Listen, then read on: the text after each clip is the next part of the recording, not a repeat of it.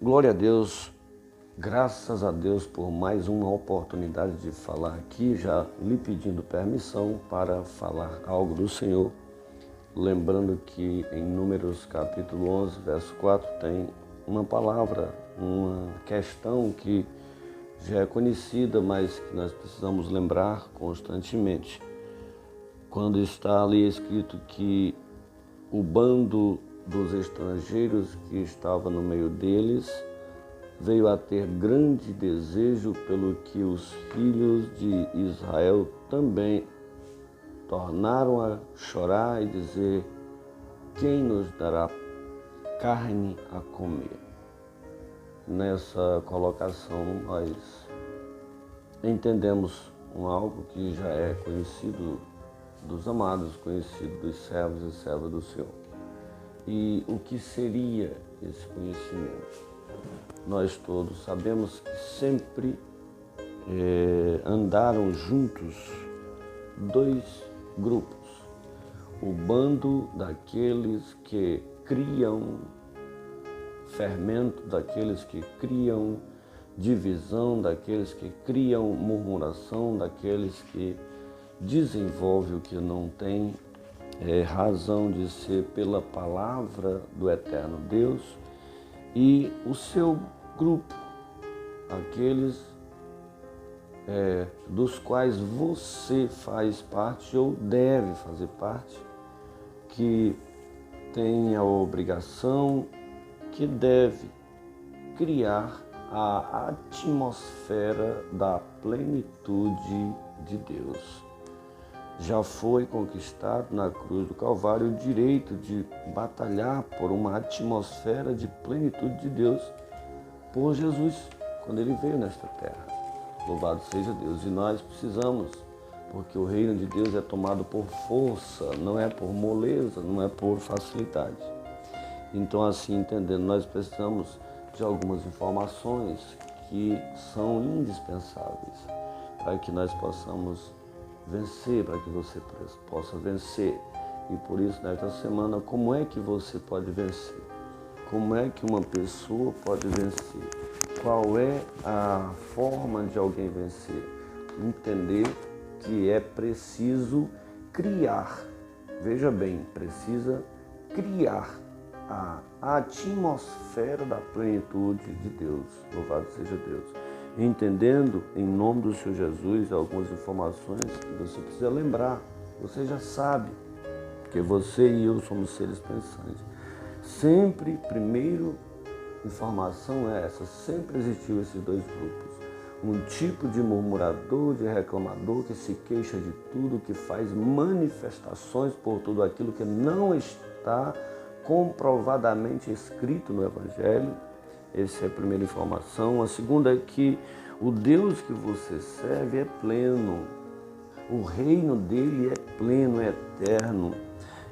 O reino dele já é disponível, só precisa ser criado em toda a sua plenitude no coração de cada pessoa.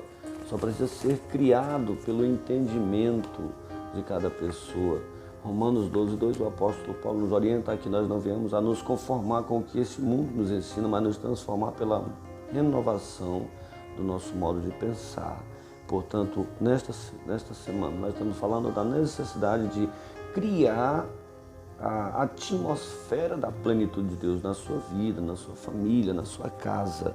A terceira informação que nós precisamos saber é que Ele se revela, aleluia, Ele próprio, o Senhor, Ele se revela ao seu e ao meu coração pelos seus próprios nomes. É tão forte a questão da plenitude de Deus que Ele já tem nomes desde a antiguidade. Nós observamos mais conhecidos, pelo menos pelos estudiosos, 7 nomes de Deus. O primeiro nome que o Senhor se revela em Gênesis 22:14, Êxodo 15:26, Êxodo 17:15-16, Levítico 27 e 8, Juízes 6:24, Jeremias 23:5 e 6 e Ezequiel 48:35. coração os endereços dos nomes do Senhor, onde Ele se revelou ao seu povo. Louvado seja Deus. E, portanto, você precisa tomar posse disso.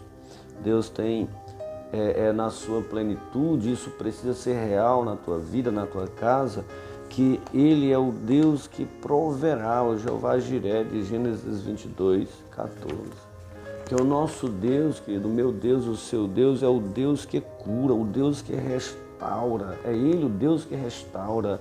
O Jeová Rafá, de Êxodo 15, 26. Você precisa estar criando isso no seu coração, criando isso no seu casamento, na sua família, no seu emprego. O entendimento de que o Senhor é a sua bandeira, o Senhor é a minha bandeira. Jeová Nissi, lá de Êxodo 17, 15 e 16. Quando ali nós vemos um altar sendo montado com essa bandeira, você precisa entender e criar definitivamente no seu coração, porque a fé que chega ao seu coração capaz de fechar a sepultura, capaz de mudar a sua história, capaz de levar cura ao seu coração, à sua vida, ela chega no seu coração pelo ouvir, Romanos 10, 17, e o ouvir pela pregação da palavra.